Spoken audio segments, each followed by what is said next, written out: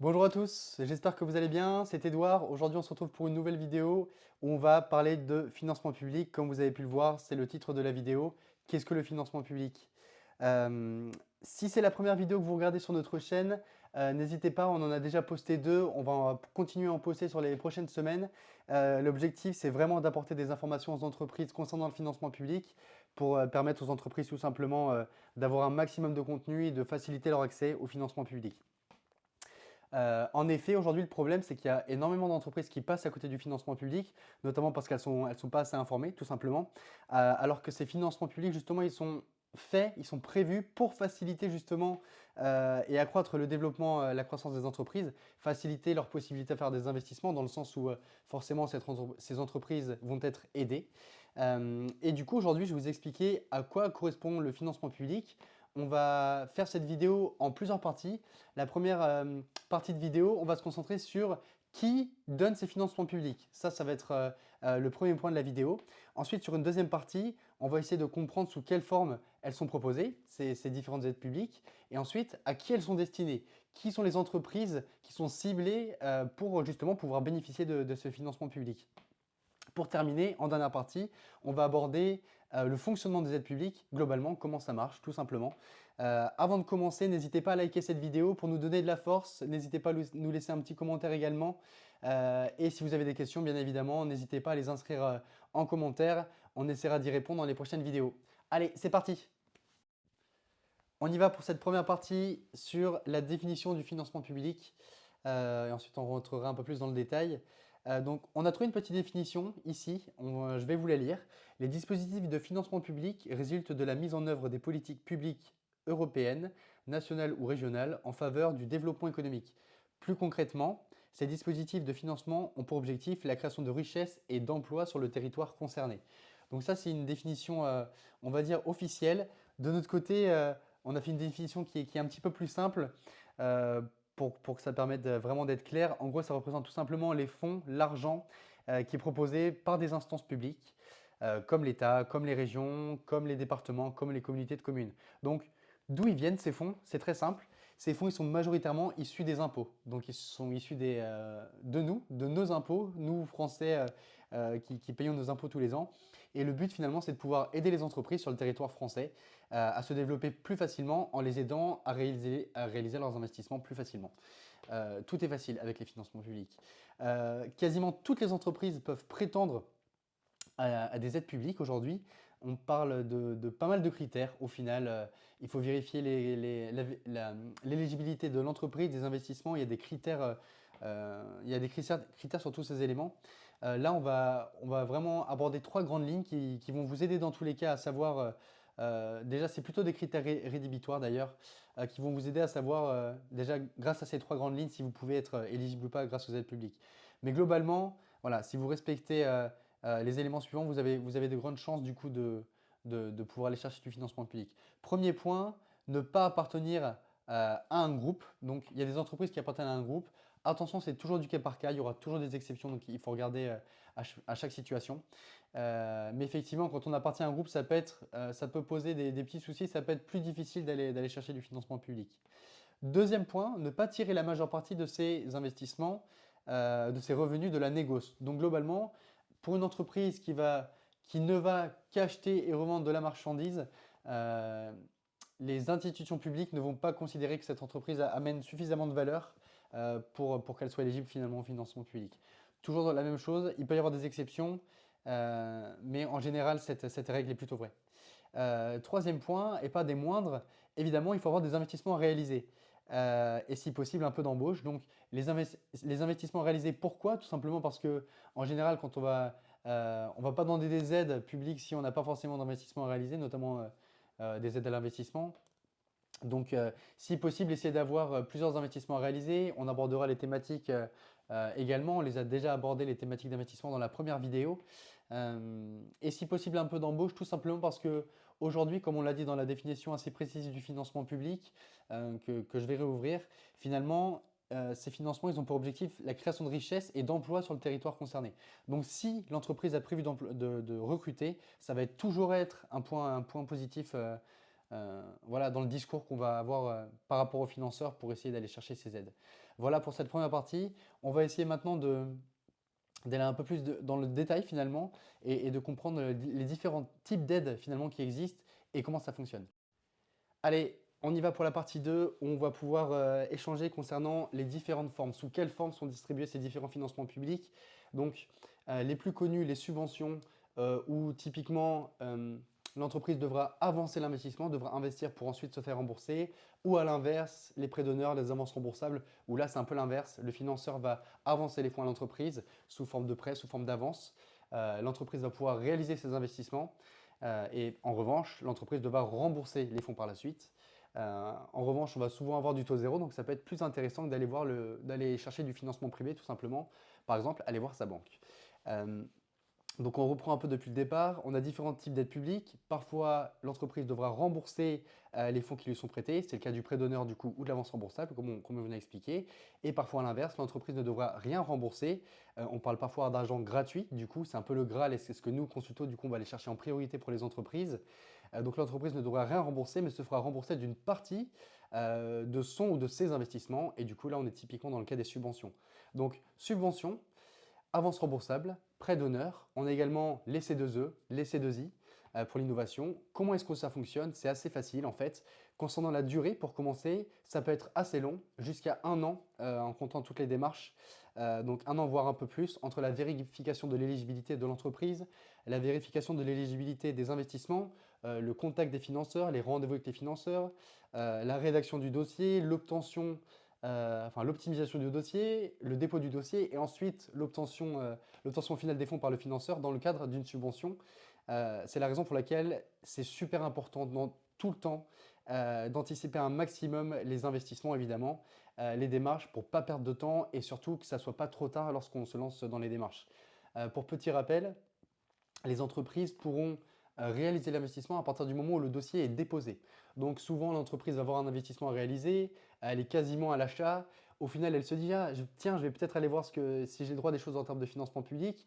Et souvent, on arrive trop tard parce qu'il reste encore à trouver la bonne aide, contacter le financeur, monter, déposer le dossier. Alors que si on s'y prend un petit peu à l'avance et qu'on a un petit peu la vision à moyen terme, long terme des investissements qu'on va réaliser, on s'y prend un peu en avance, on vérifie à quelle aide on a droit, on commence à remplir les dossiers et comme ça, on peut bien fixer la date à laquelle on va réaliser les investissements pour que ça colle bien avec les différentes démarches et pour que ça colle bien surtout avec le dépôt de dossier. Je répète, le dépôt de dossier, à partir du moment où on peut réaliser l'investissement, pas avant. La raison, d'ailleurs, je vais prendre un petit moment pour l'expliquer, mais c'est très facile. Si vous achetez, si vous investissez une machine à 100 000 euros typiquement et que vous allez ensuite voir le financeur alors que vous l'avez déjà payé, il va tout simplement vous demander, il va vous dire tout simplement que vous n'avez pas besoin d'aide vu que vous avez déjà acheté la machine. Voilà, la raison est très simple. Allez, on passe à la troisième partie où on va discuter des différentes thématiques d'investissement qui peuvent être éligibles. A tout de suite. Allez, on passe à la dernière partie de cette vidéo dans laquelle on va aborder les différentes thématiques d'investissement qui peuvent être éligibles du coup au financement public. Il y a de nombreuses thématiques. C'est la partie, je pense, la plus intéressante pour les entreprises de savoir vraiment euh, quand elles investissent, à quel moment finalement elles peuvent espérer bénéficier d'aides publiques. Donc, on en a une dizaine à peu près. On va les évoquer une par une en détaillant un petit peu chacune de ces thématiques. Donc, pour commencer, ce qu'on fait beaucoup de nous chez Consulto, ça va être tout ce qui est achat, acquisition de machines, équipements lourds, matériel pour les entreprises. Donc ça peut être super intéressant de chercher des aides pour ce type d'investissement, aussi bien de l'avance remboursable que des subventions. Euh, Concernant tout ce qui est matériel, quand on descend sur du petit matériel, il y a une règle tout de même à respecter. En général, c'est que voilà, l'investissement unitaire dépasse les 1000 euros. Donc typiquement, si vous achetez du petit outillage et que, je ne sais pas, je vais parler d'une perceuse qui coûte 500-600 euros, ça ne va pas être bon. Il faut que le prix du produit unitaire soit minimum, pardon, 2000 euros. Donc ça, c'est pour toute la partie achat de machines, équipements lourds, matériel. Ensuite, on va avoir toute la partie embauche. On en parlait dans une des parties précédentes. Les financeurs vont accorder plus de crédit à une entreprise pour lui permettre d'obtenir des financements publics, va accorder plus de crédit à une entreprise qui va embaucher. Donc, les aides à l'embauche, dès que vous avez besoin d'embaucher, ça peut être intéressant non seulement parce que vous allez pouvoir trouver des aides à l'embauche, mais également ça va être intéressant parce que ça va vous aider du coup à convaincre justement ce financeur. C'est un des éléments qui va être vraiment positif de votre côté. Ensuite, on a tous les investissements à l'export. Typiquement, une entreprise dont l'activité va s'exporter, elle a besoin de développer un produit, le vendre dans un nouveau pays. Effectivement, on va aussi pouvoir aller trouver des aides à l'export. Il ne faut pas hésiter sur cette thématique non plus. Ensuite, on a toute la partie prestation de conseil externe. Donc là, c'est très facile. Une entreprise va faire appel ou va avoir recours à une prestation externe. Ça peut être sur du développement commercial, de l'organisation commerciale, de l'organisation de l'entreprise tout simplement, sur de la direction d'entreprise. Euh, En fait, ça peut toucher à de nombreuses thématiques, l'ingénierie également, si on veut se faire accompagner voilà, par un cabinet externe pour améliorer les process, pour améliorer l'organisation de l'entreprise. Donc, toutes les prestations de conseil externe, ça peut également bénéficier d'aide publique. Donc, intéressant également, toute la partie immobilier, du coup, quand une entreprise a besoin d'acheter un bâtiment, un terrain local, qu'elle a besoin de faire de la rénovation, en général, on est sur du 20%, donc ça peut être 1%, intéressant également aussi de regarder ce qu'on peut trouver côté immobilier. Pour l'immobilier, c'est très simple, ça va être les communautés de communes qui vont pouvoir aider les entreprises dans leurs investissements. Ensuite, on a toute la partie transition numérique, la création de sites web, le développement d'applications, l'achat d'outils, de logiciels, toute la partie numérique qui va pouvoir souvent aider à améliorer les process d'une entreprise, qui va permettre à une entreprise de se digitaliser tout simplement. Donc sur le côté numérique aussi, en général, les entreprises ont pas mal d'investissements à faire de ce côté, notamment avec l'évolution de la société et toute la digitalisation des entreprises. Ensuite, on a toute la partie transition environnementale. Donc là, typiquement, ça va être toutes les dépenses qui vont être liées à l'environnement, à l'écologie, améliorer, enfin diminuer la pollution créée par les entreprises et toutes ces aides qui vont aider vraiment à l'amélioration de l'environnement finalement. Ensuite, on a deux thématiques qui se recoupent un petit peu, l'innovation générale et la R&D. En général, quand on fait la R&D, c'est on travaille sur un prototype, un nouveau produit, une nouvelle méthode de développement. Et du coup, ça va être de la recherche et c'est souvent innovant. Donc, toute cette partie R&D, innovation générale, il faut pas l'oublier. D'ailleurs, il ne faut pas l'oublier, mais c'est plutôt l'inverse. Souvent, les entreprises, quand on parle de subventions et d'aides publiques, on pense tout de suite à oui, mais je ne suis pas innovant ou quoi que ce soit. Et finalement, on va avoir des aides à l'embauche, des aides à l'export, à des prestations de conseil, à de l'achat de machines. Donc, justement, il n'y a pas que l'innovation, il n'y a pas que cette thématique qui peut être aidée, il y en a d'autres. Il y en a une bonne dizaine et je pense qu'il y en a encore d'autres qu'on pourrait trouver. Si vous avez plusieurs investissements à réaliser dans ces thématiques, ce n'est pas du tout un problème. Justement, ça va être un avantage. Les financeurs vont avoir plus tendance à financer une entreprise qui va avoir un projet global. Si on a juste une machine à acheter, typiquement sans embauche, sans aucun investissement à côté, ça va être plus difficile comparé à une entreprise qui va acheter une machine mais aussi embaucher deux trois personnes, réaliser un petit peu d'investissement dans le numérique, etc. Plus le projet est complet et touche du coup à plusieurs thématiques d'investissement, plus ça peut être intéressant. Voilà, donc sur ces différentes thématiques d'investissement, si vous avez des questions sur ces thématiques d'investissement, n'hésitez pas à nous les poser, on essaiera d'y répondre. Voilà. Euh, donc en résumé, on en a à peu près une dizaine de ces thématiques. C'est pour ça hein, vraiment que dès qu'une entreprise a besoin d'investir, toutes les entreprises qui ont un budget d'investissement annuel voilà, qui est à partir de 20 000, 25 000, 30 000 euros et plus, beaucoup plus, mais vraiment en partant du minimum, il faut absolument qu'elle regarde les aides publiques auxquelles elle peut être éligible.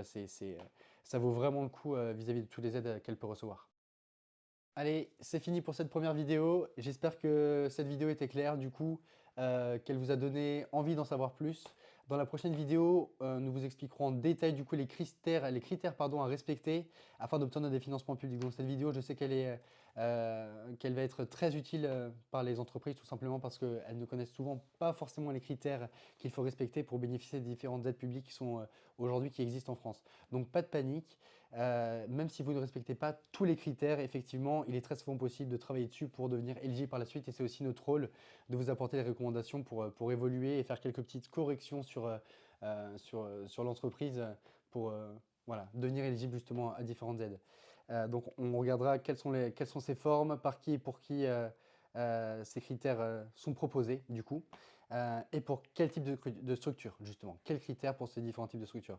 Si vous avez besoin d'échanger avec nous concernant votre entreprise, n'hésitez pas à commenter de la même manière cette vidéo et on vous répondra le plus rapidement possible. Vous pouvez aussi visiter notre site web consultoconseil.fr, faire une demande de rendez-vous. On discutera une quinzaine ou une trentaine de minutes sur vos projets en essayant de vous donner un maximum de valeur. L'objectif principal, évidemment, c'est de faire en sorte que vous passiez à côté de rien. C'est notre mission principale chez Consulto. N'hésitez pas du coup à liker cette vidéo si vous avez appris des choses ou si ce contenu vous avait été utile. Merci pour votre soutien et on se dit à très bientôt pour une nouvelle vidéo Consulto. Salut à tous!